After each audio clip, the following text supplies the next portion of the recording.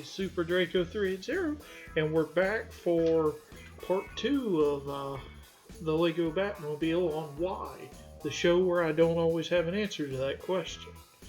So we're going to pick up where we left off. I'm not going to be as talkative as last time because, well, I'm basically editing this back to back with the last one. So, I said last time, I was on jury duty, so I figure, we'll occupy some time and we'll talk about the 2 cases that I actually sat for. Of the 5, 3 of them were settled beforehand, which, on the one hand, there's a waste of time, but on the other hand, I get paid to basically do nothing for those cases, which, not bad. So, the first case I sat for was a assault and battery case. Now, the summary of the story is a gentleman was at a gas station, and this woman approached him and was yelling at him, and eventually she struck him in the face near the drink cooler, at which point he promptly left.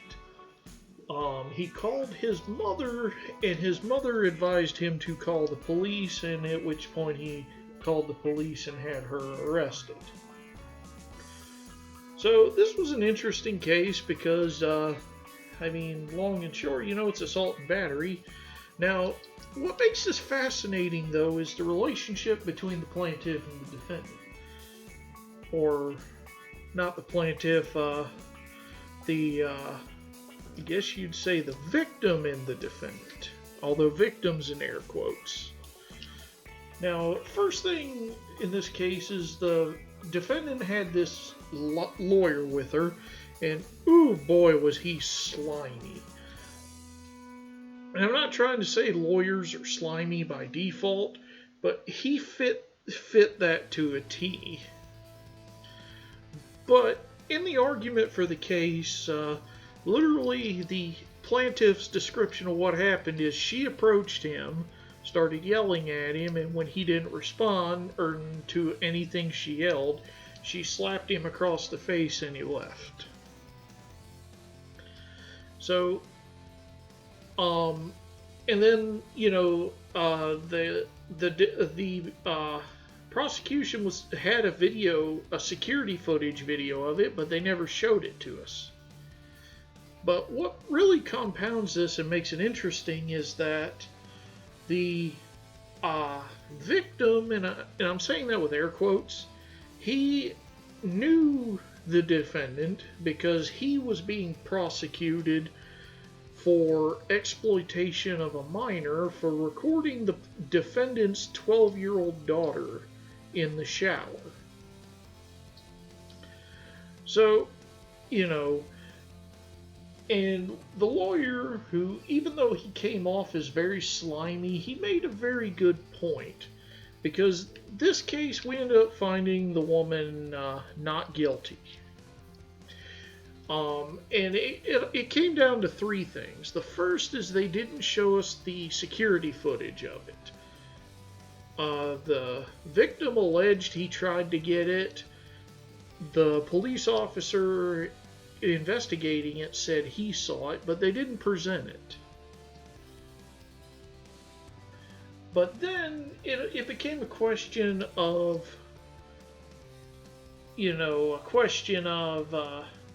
the victim, it was twofold thing. It was the first is, did it rise to the level of a crime in our home state? And in the jury instructions, literally, to find someone guilty of assault and battery in the 3rd degree, they had to either intentionally or through negligence cause an injury to the victim.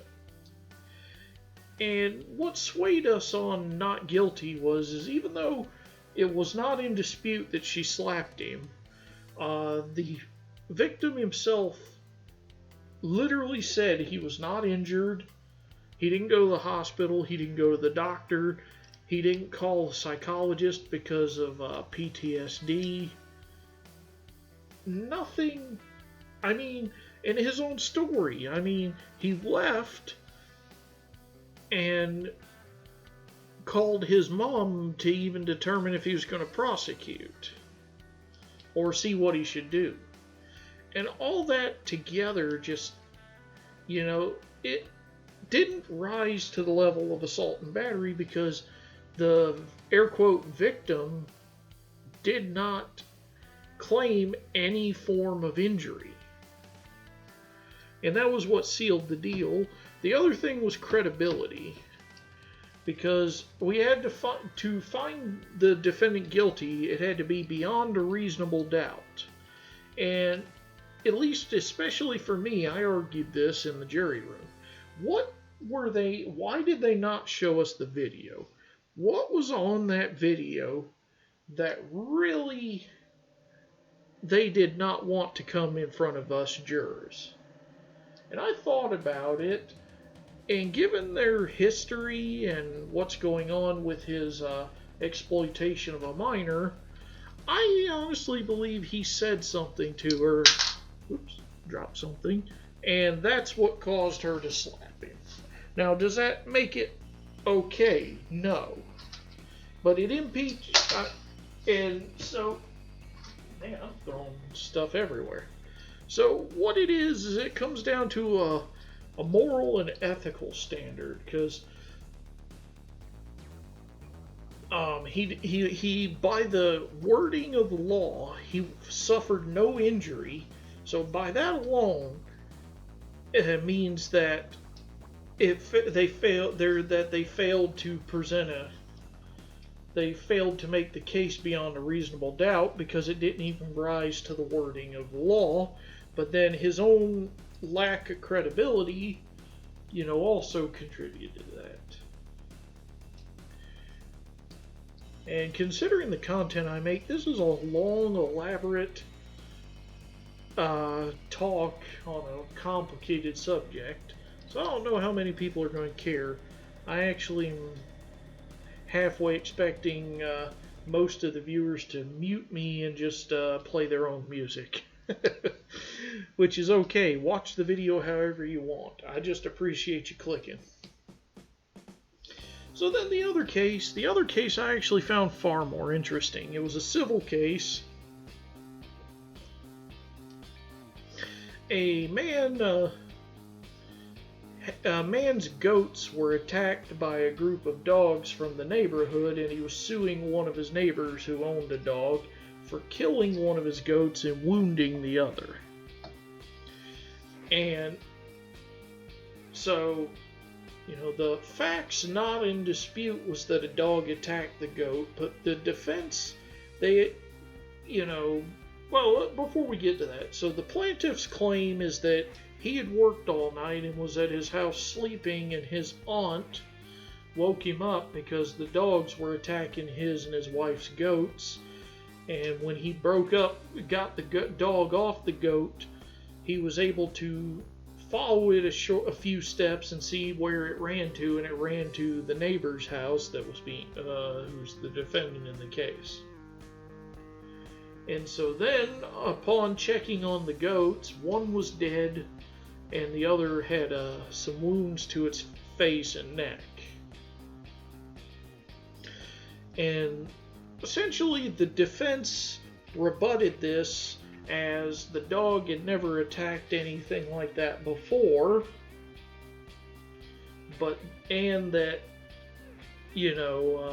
that he had actually offered already to pay for the goat that had died and for the medical supplies, and that they were only a stone's throw away.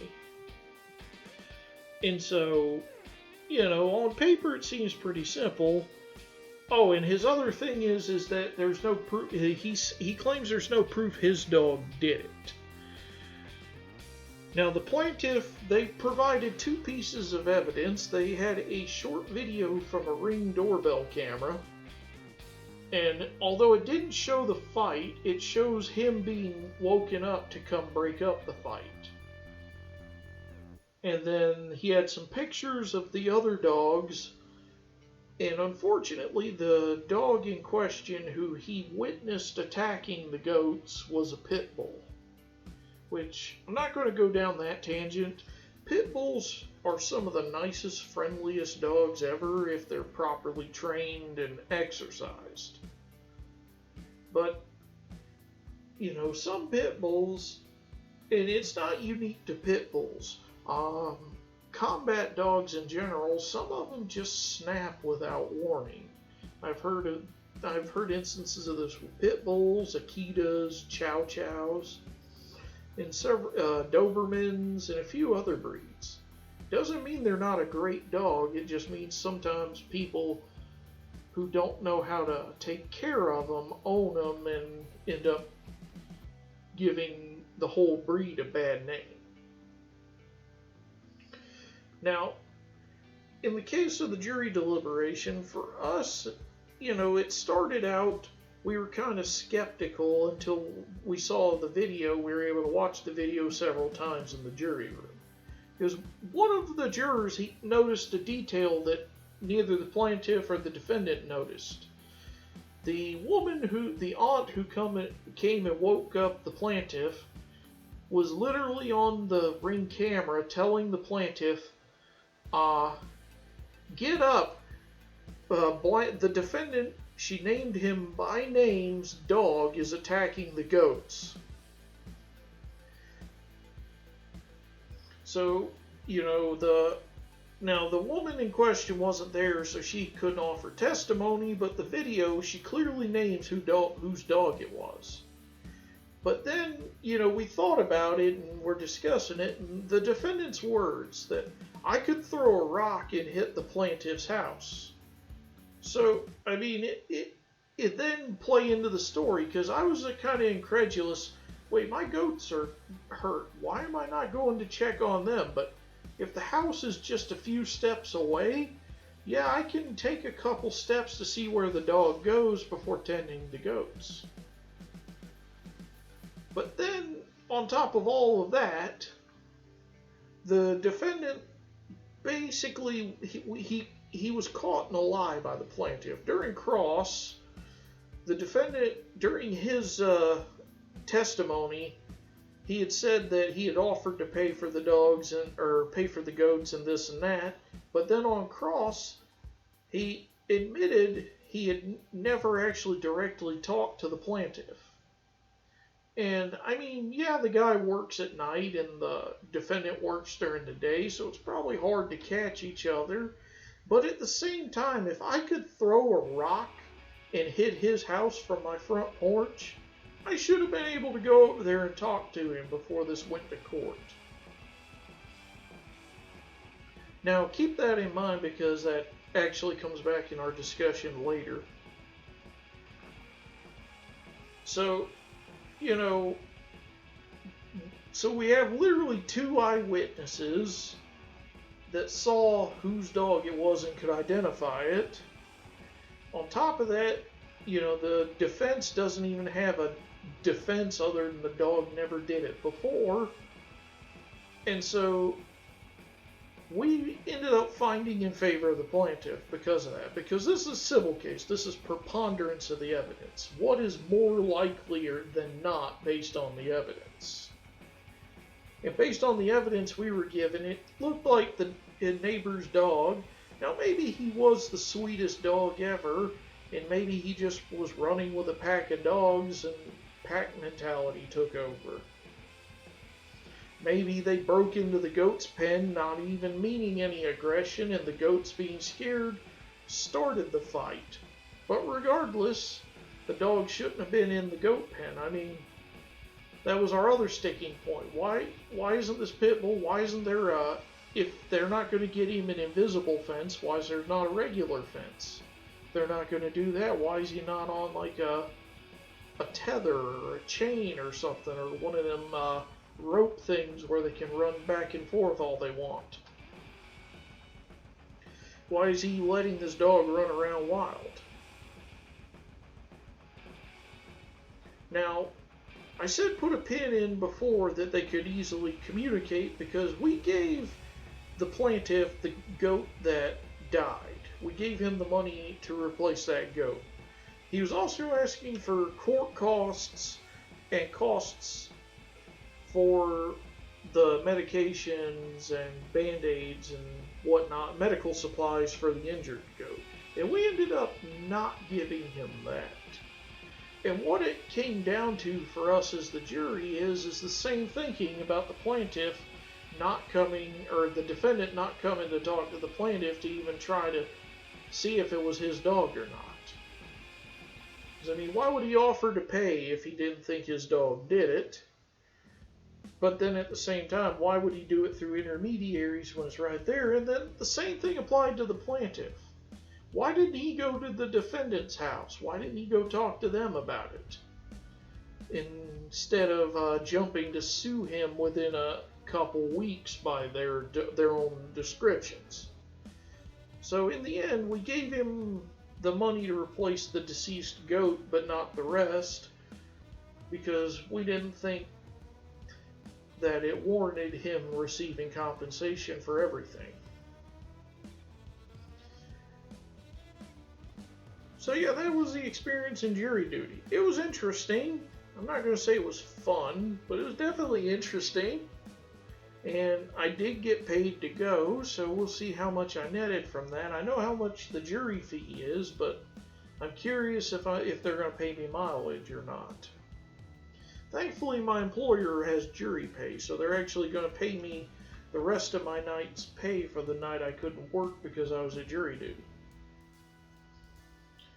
But anyhow, I've rambled and rambled about this, and I'm going to be, like I said before, I just don't see the rest of the audience really caring about this. But either way, so thanks for watching. If you're still here, after this video goes live, we're going to do stage 94 of the Bismarck, and I'm going to try to alternate that so I just don't spam a bunch of Bismarck videos. And then once I finish the Batmobile, I actually do already have the videos recorded for the next episode of Y. So thanks for watching. Remember, when we hit 50 subs, we do we're going to raid the Dragon's Den, and I'm going to be giving away a $25 Amazon gift card. So thanks for watching, and I'll see you for part 3.